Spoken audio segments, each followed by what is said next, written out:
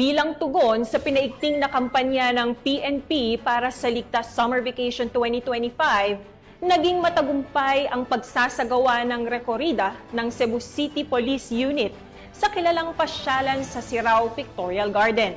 Ang buong detalye ng balita mula kay Patrolwoman Flora May Azares.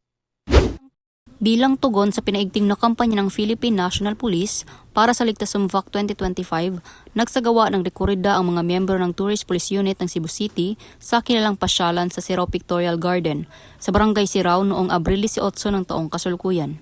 Sa pangunguna ni Police Major Francis Renz Talusig, hepe ng Cebu City Tourist Police Unit, inikot ng mga pulis ang lugar upang paalalahanan ang mga turista na maging mapagmatsyag, mag-ingat at laging alerto habang namamasyal sa naturang tanawin.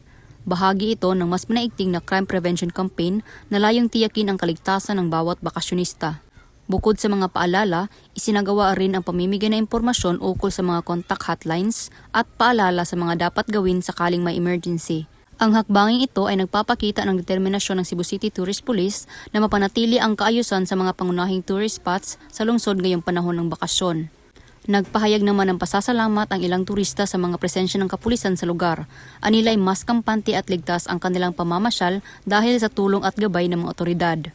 Ang nasabing inisyatibo ay bahagi ng mas malawak na programa ng PNP na may layuning tiyakin ang ligtas, masaya at mapayapang bakasyon para sa lahat at panatilihin ang kanilang adhikain sa pagbibigay ng serbisyong may malasakit.